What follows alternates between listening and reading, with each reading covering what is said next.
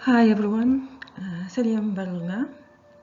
Today's lesson is about present perfect tense. Бүгінгі сабағымыз ағылшын тіліндегі осы шақтың бір түрі present perfect деп аталады. Present perfect екі түрлі етістікпен жасалады. Көмекші етістік have және мағыналы етістік. Етістіктің үшінші формасы past participle деп аталады, немесе дұрыс етістіктер болса ed жалғанады.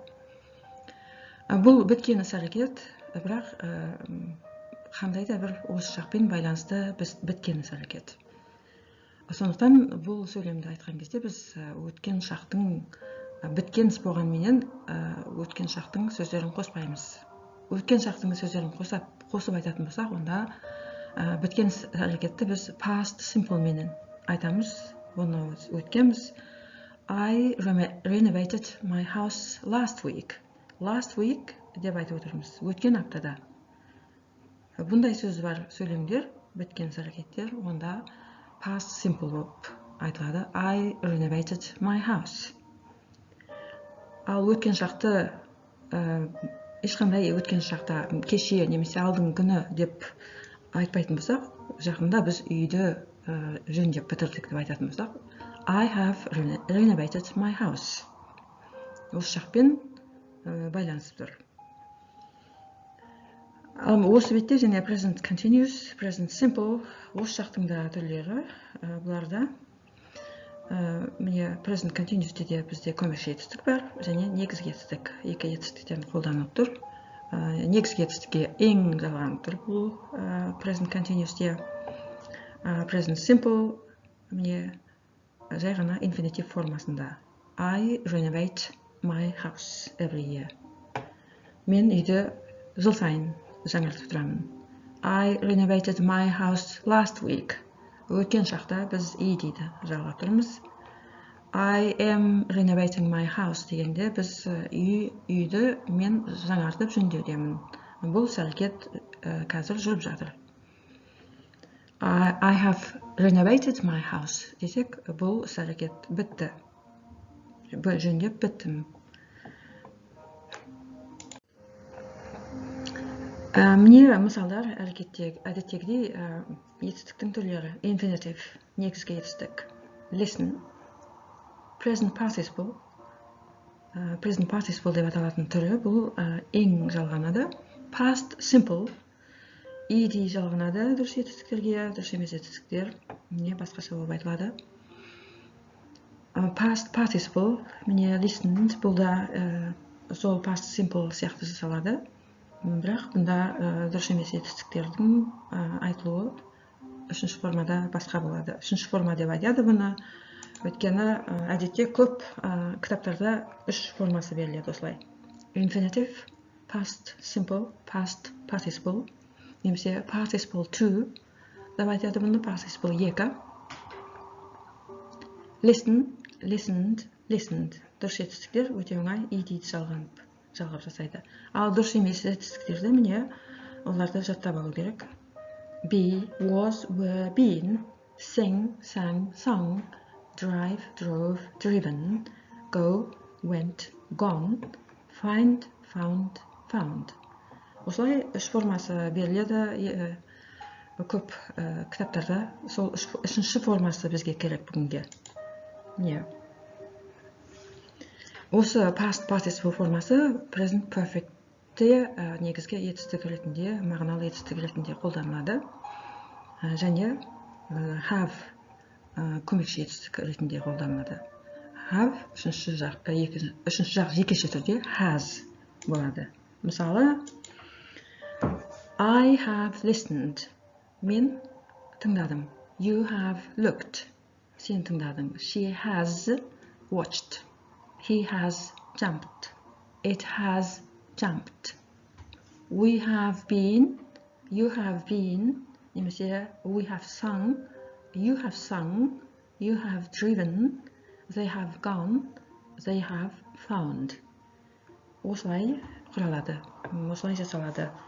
Present perfect tense. Present perfect'ің жасалуы болымды сөйлемдер, болымсыз сөйлемдер және сұраулы сөйлемдер. алдында айтқандай, бұл шақта сөйлеу үшін мына past participle үшінші формасы дедік. Осы үшінші формасын есте сақтап алу керек. Past simple'да біз өткенбіз, екінші формасы да бізге керек. Сондықтан әрбір етістікті, дұрыс емес етістікті жаттаған кезде үш формасын бірдей жаттап алу керек. Сонда past simple'да да сөйлеп мүдірмей айтатын боламыз, және past perfect'те де айта беретін боламыз. See, saw, seen, көру, take, took, taken, have, had, give, gave, given, think, thought, buy, bought. Осылай қатарынан үшеуін бірдей жаттап алу керек. Ал енді сөйлемдердің жасалуы, болымды сөйлем. I have seen this film. Мен бұл фильмді көргем. I have, міне көмеш етістік. Seen, етістіктің үшінші формасы, past participle. This film, бұл толықтауыш, осы фильмді. You have seen this film. She has seen this film. He has seen this film. We have seen this film. You have seen this film. They have seen this film. Осылай бірінші жақ жекеше түрде, екінші жақ жекеше түр, үшінші жақ жекеше түр, және көпше түрде үш жақта осылай айтамыз present perfect'те сөйлемдерді. Ал енді болымдысыз сөйлем, сол көмешке етістікпенен негізгі етістіктің арасына not деген болымсыз сөзді қосу арқылы жасалады. I have not seen it. You have not seen it. She has not seen it. He has not seen it. We have not seen it. You have not seen it. They have not seen it. Ал енді сұраулы сөйлемдерге келетін болсақ, көмешке етістік алдымен келеді, содан кейін бастауыш, одан кейін барып негізгі етістік. Have I seen it? Have you seen it? Has she seen it? Has he seen it? Have you seen it? Have you seen it? Have they seen it? Және тағы бір мысал, көмекші етістік және негізгі етістік. Бұл жерде бізде have деген етістік көмекші етістік ретінде де, негізгі етістік ретінде де қолданылып тұр.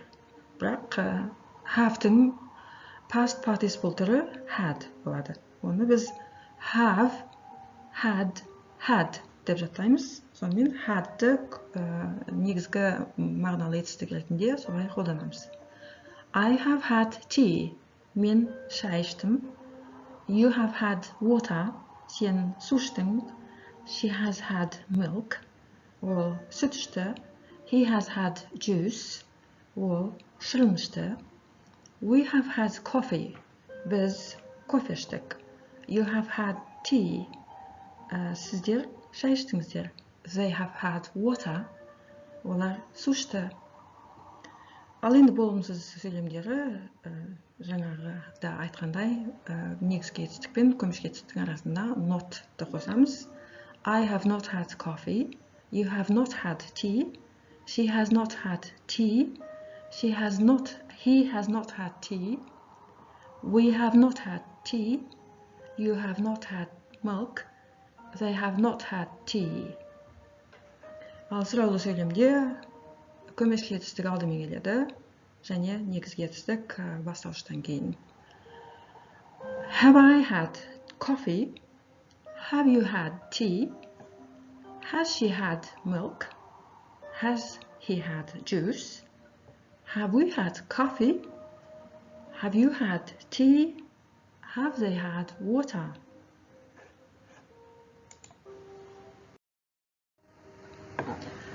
Және де осы көмекші етістік have қысқартылып та ол жерде айтыла береді жылдам айту үшін. I have come home.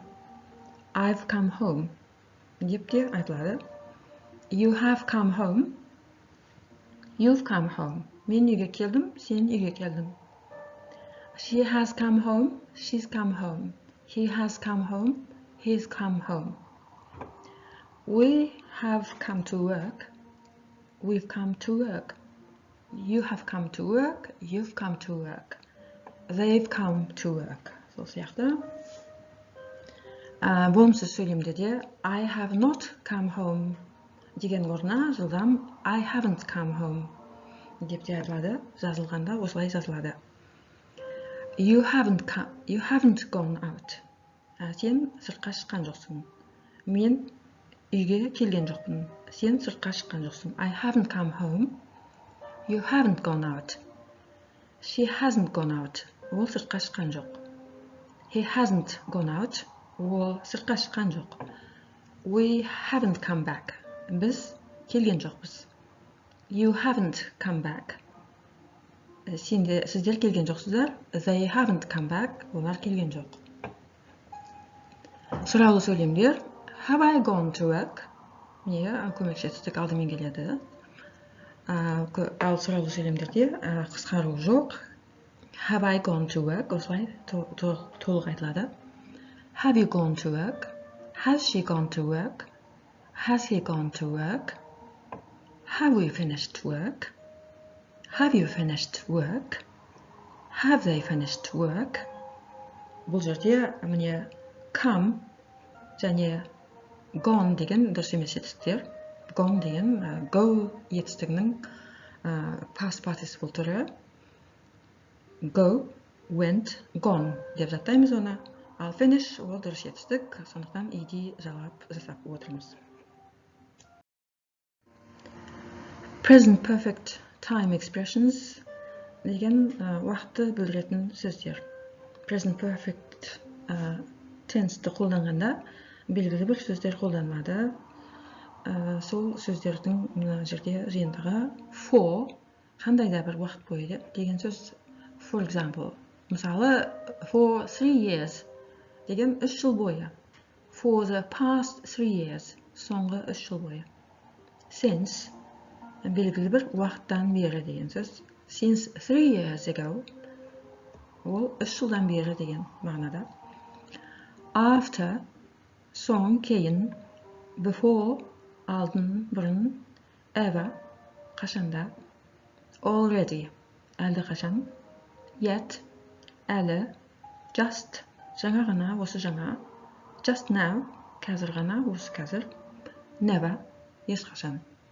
Және кейбір кезде first time, second time, 3 times, 10 times немесе бірінші рет, екінші рет, 3 рет, 10 рет деген кейбір бір белгілі бір сөйлем құрылымында қолданылады. Көп грамматикалық кітаптарда по-моему айтылмайды, бірақ мен мысал ретінде келесі беттерде айтып өтемін. Present perfect'те осы шақпен байланысты болып біткен іс-әрекет, болған іс-әрекет. Бір нәрсе өткен шақта болды. Something happened in the past has an effect now деген осы шақта оның бір әсері тиіп тұр деген сөз. Мысалға, I have lost my umbrella. Мен қолшатырымды жоғалттым. Мен қолшатырымды жоғалттым. Қазір менде әсері сол, менде қазір қолшатыр жоқ. Мен қазір суға маңып қалуым мүмкін. Әсері сондай қазір. You have lost your umbrella. Сен қолшатырыңды жоғалттың. Екінші жақта lose деген сөз қалай оны жаттаймыз? Бұл жаңағы дұрыс емес етістік. Lose, lost, lost деп айтамыз. I lost my umbrella yesterday деп айтсақ, мен осы өткен шақта айтып отырмыз, оны кеше мен қолшатырымды жоғалттым. Ал енді кешені айтпай, жалпы менде қолшатыр жоқ қазір, жоғалтқам деп айтатын болсақ, I have, міне мына түрін қолданамыз. I have lost my umbrella. You have lost your umbrella. She has lost her umbrella. He has lost his umbrella. Міне бұл сөйлемдерде бізде есімдік бар. Бірінші жақтағы менің, сенің, ол қыздың, ол жігіттің дегендер айтылып тұр. Бастаушыға байланысты. We have found your umbrella. Біз сенің қолшатырыңды таптық. сен енді іздемей-ақ қой деген сөз. Қазіргі шаққа әсері, қазіргі кезге әсері сол, біз сенің қол шатырыңды таптық, енді сен суға малынбайтын болдың. You have found my umbrella. Сендер менің қол шатырымды таптыңдар. Енді бұл жерде бастауышқа байланысты емес, өзіміз кімнің қол шатыры екеніне байланысты есімдіктерді өзгертіп отырмыз. They have found her umbrella. Олар ол қыздың umbrellasының қол шатырын тапты. Демек, бұл жерде қыз жоғалтқан. Ал find деген бұлда дұрыс емес етістік, онда біз сол find, found деп жаттаймыз. Find, found деп бірнеше рет қайталасақ, өзі жатталып қалады біздің есімізде. Оның мағынасы табу. Біз сенің қол шатырыңды таптық. We have found your umbrella. You have found my umbrella десек, сіздер менің қол шатырымды таптыңыздар. They have found her umbrella. Олар ол қыздың қол шатырын тапты.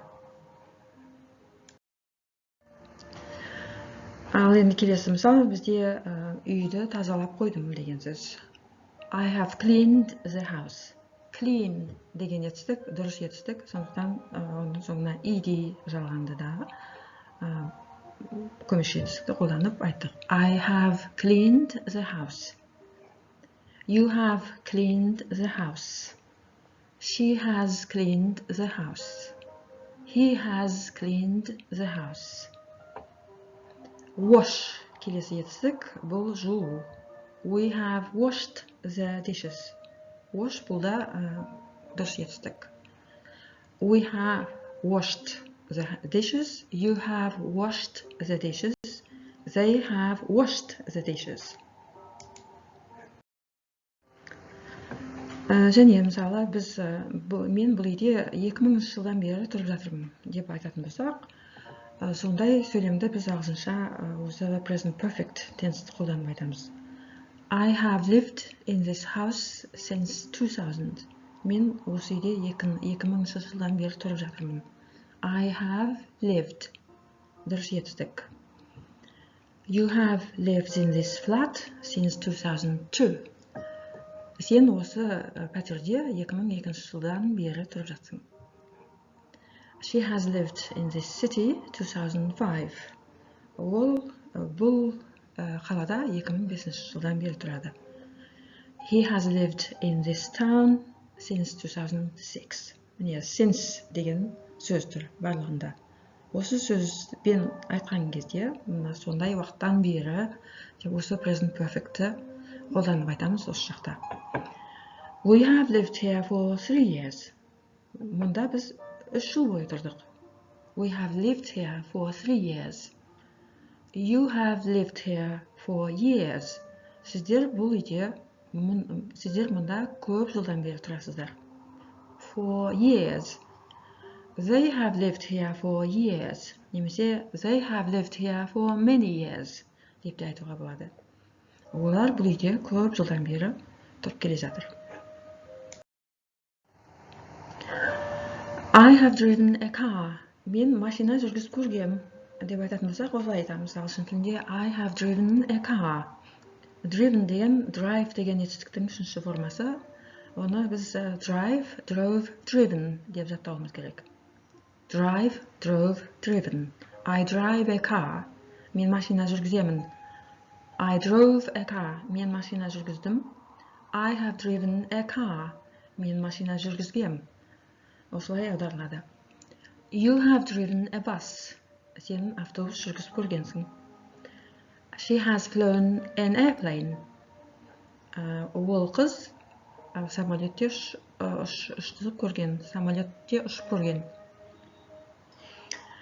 Flown деген, fly деген дұрыс емес етістіктің үшінші формасы. Fly, flew, flown деп атаймыз оны.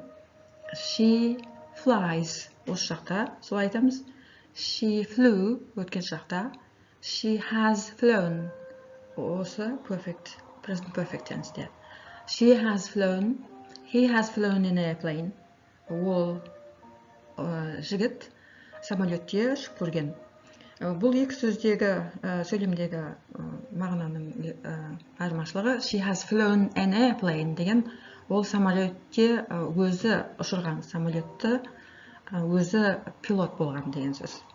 He has flown in an airplane болса, ол самолетте отырып ұшқан деген сөз. Жолаушы ретінде ұшқан деген сөз. Ал she has flown an airplane ол пилот ретінде өзі ұшырған.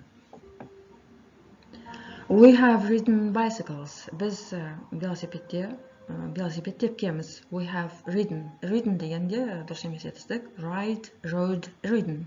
Деп жаттаймыз оны. Ride, rode, ridden. Тебу, айдау деген сөз. You have sailed yachts.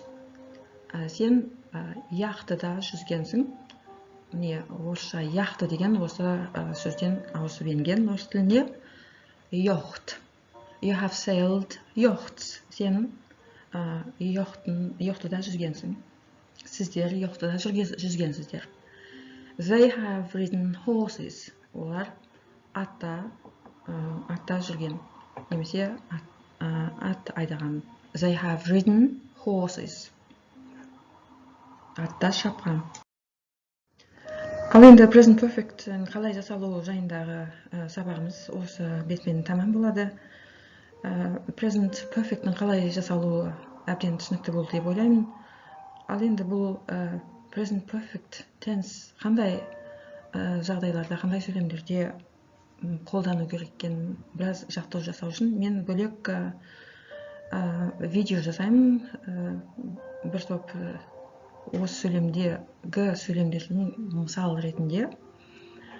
Ал енді осы соңғы бетте біз кішкене жаттығу жасап жіберейік пысықтау үшін. Мына бірінші сөйлемде he have won the first prize. Қате бар ма? Қате бар, сол қатені көрейік. Қай жерде қандай қате? He have won the first prize. He дегенде біз етістіктің have етістігін қандай формада қолданамыз? Сол жерде қате бар.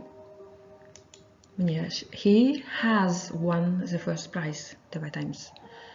They have seen the film. Осы сөйлемде қандай қате бар?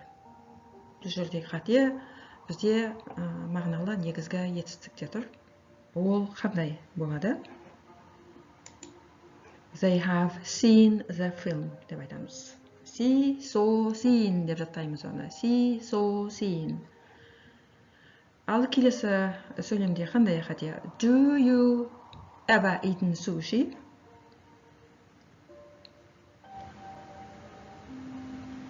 Бұнда біз осы present perfect'тегі көмекші етістікті дұрыс қолданбайтынбыз. Ол have you ever eaten sushi болады. Have you ever eaten sushi? Сен суши жеп көргенсің бе? I have been.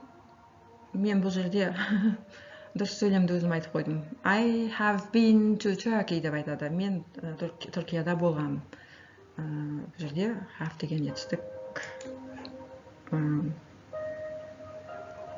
жоқ, соны қосып отырмыз. I have been to Turkey.